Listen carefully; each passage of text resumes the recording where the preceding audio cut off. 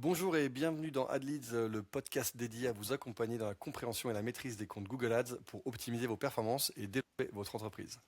Aujourd'hui, avec Vincent, on a décidé d'aborder une thématique qui nous tient à cœur, c'est la pyramide de l'acquisition client. Euh, c'est assez aujourd'hui, grâce à Google Ads, on peut toucher les clients à différents niveaux, mais il faut bien comprendre comment faire et qu'est-ce que sont ces différents niveaux. Tout à fait. Alors, je vais commencer rapidement par réexpliquer juste qu'est-ce que c'est cette histoire de pyramide. Tout simplement, en fait, quand vous souhaitez toucher une audience, alors on va peut-être prendre un exemple, par exemple, si vous êtes installateur de panneaux photovoltaïques, par exemple. Vous avez une audience qui est composée de personnes qui ne sont pas au même niveau d'information par rapport à leurs problèmes et dans la recherche de solutions. Donc en fait, le haut ici sur le schéma de la pyramide, c'est en gros environ 3% finalement de l'audience totale de prospects potentiels est vraiment en train de chercher un installateur, donc chercher à acheter en fait le service ou le produit. Ensuite, plus on descend dans la pyramide et plus finalement les personnes ne sont pas encore du coup dans cette phase d'achat. Donc on dit qu'il y a environ 17% des personnes qui sont en collecte d'informations, c'est-à-dire qu'ils savent qu'ils vont acheter, mais ils ne sont pas encore dans la phase d'achat. 20% qui sont conscients de leurs problèmes, mais qui ne sont pas encore vraiment dans la phase de collecte d'informations. Donc ceux-là, effectivement, ils sont encore plus bas dans le tunnel. Et ensuite, on a 60% des gens qui sont même pas conscients finalement de leurs problèmes. Par exemple, pour revenir sur l'exemple des panneaux solaires, finalement, tout le monde, plus ou moins, a cette problématique d'essayer d'optimiser son budget énergétique, plus ou moins, hein. Mais il y en a finalement qu'une petite partie qui s'en occupe vraiment. Donc voilà. Donc tout ça pour dire qu'effectivement quand on est une entreprise et qu'on veut générer des leads, on s'adresse finalement aux trois étages du haut. Et l'idée de cette vidéo, c'est de vous expliquer comment en fait adapter sa stratégie en fonction de la personne à laquelle on s'adresse et comment on va faire monter finalement ces entre guillemets les personnes dans cette pyramide pour qu'ils arrivent à un moment de demande de devis ou de recherche vraiment de prestataires et que vous soyez en fait déjà identifié puisque ça va être ça l'objectif. Donc je vais relaisser la main à Eric peut-être pour enchaîner effectivement sur ces parties-là.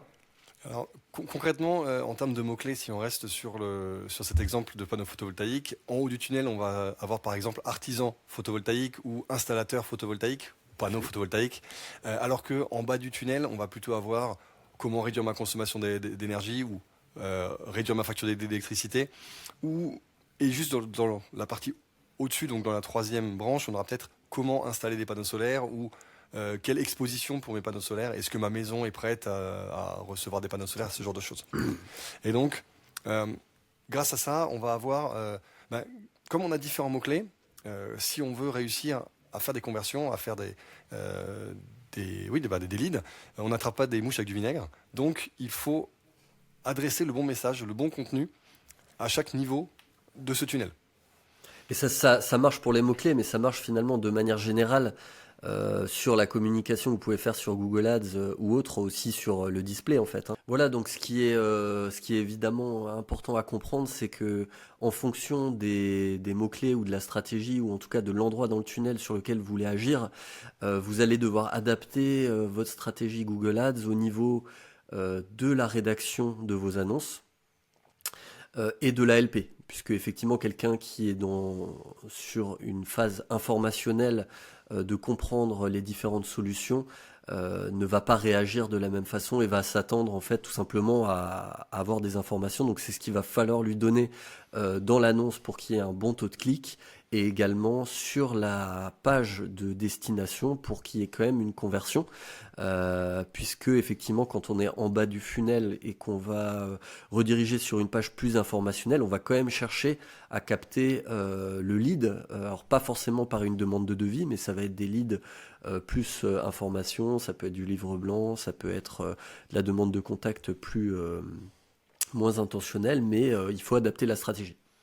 Exactement. Et attention, justement, on ne traite pas un lead chaud comme on traite un lead froid. Donc, quand on a un livre blanc, ne cherchez pas coûte que coûte à appeler 100% de vos livres blancs, essayez de qualifier un petit peu les internautes, de voir si dans votre CRM, enfin, ou dans votre outil qui vous permet de récupérer le lead, vous n'avez pas des informations sur le nombre de pages vues, ce genre de choses, ou le temps de visite, qui vous permet de se dire, ok, ce lead-là, il a visité 3, 4, 5 pages qui sont importantes, il est intéressant. L'autre lead, il est venu, il a cherché le livre blanc, il est reparti. Celui-ci est peut-être moins intéressant. Et l'objectif de ces leads, c'est aussi de les faire monter justement étape par étape dans le tunnel. Et comment on fait ça? Il y a deux méthodes principales, hein. Ça va être le nurturing, donc envoyer des emails informationnels, éducationnels, qui va lui permettre de se rapprocher de votre marque et de devenir intentionniste. Et la deuxième façon, c'est avec une campagne de remarketing sur ses audiences, qui va vous permettre là aussi de l'éduquer un peu plus et de le faire avancer et de lui dire, ok, on sait que tu as déjà téléchargé ça, on sait que tu as déjà vu ça, comment on te fait passer vers l'étape d'après? Alors il y a aussi un sujet qui est important, je pense, à souligner. Finalement, c'est votre niveau à vous en fait de marketing, hein, tout simplement au niveau de l'entreprise, et le budget aussi que vous pouvez utiliser pour votre stratégie. C'est sûr que sur une entreprise qui a un budget plutôt faible, en fait, on va plutôt aller directement sur une stratégie de haut de funnel en se disant chaque euro investi, on veut que ça soit vraiment des gens qui sont chauds parce que effectivement, on a un tout petit budget, donc on peut se permettre de taper directement cette cible. Mais forcément, si vous êtes sur les 3%, à un moment donné, vous allez en fait atteindre ce plafond de verre où avec cette stratégie très commerciale, finalement, vous avez adressé tout le marché, il se renouvelle un petit peu, mais vous pouvez pas en fait vraiment scaler l'activité. Donc là, vous êtes obligé de descendre en fait dans cette fameuse pyramide et de toucher plus de monde en essayant de les amener à vous avec des contenus qui sont moins commerciaux. Alors, petit warning de nouveau sur la partie bas du tunnel. Comme c'est des mots-clés intentionnistes, c'est aussi très certainement les mots-clés qui vont coûter le plus cher. Donc, tu parles de petit budget, je suis OK avec toi. Je pense qu'il faut qu'en fonction des secteurs, bien entendu, il faut quand même parfois avoir des budgets qui soient suffisants pour pouvoir attaquer que ces 3% de marché. Tout à fait, ouais. Là où effectivement sur des mots-clés non intentionnistes ou des mots-clés informationnels, les CPC seront moins élevés. Tout à fait. Moi, je pense que c'était le mot de la fin. Très bien. On vous Merci dit à à très bien, tous. à très vite, à bientôt. Au revoir.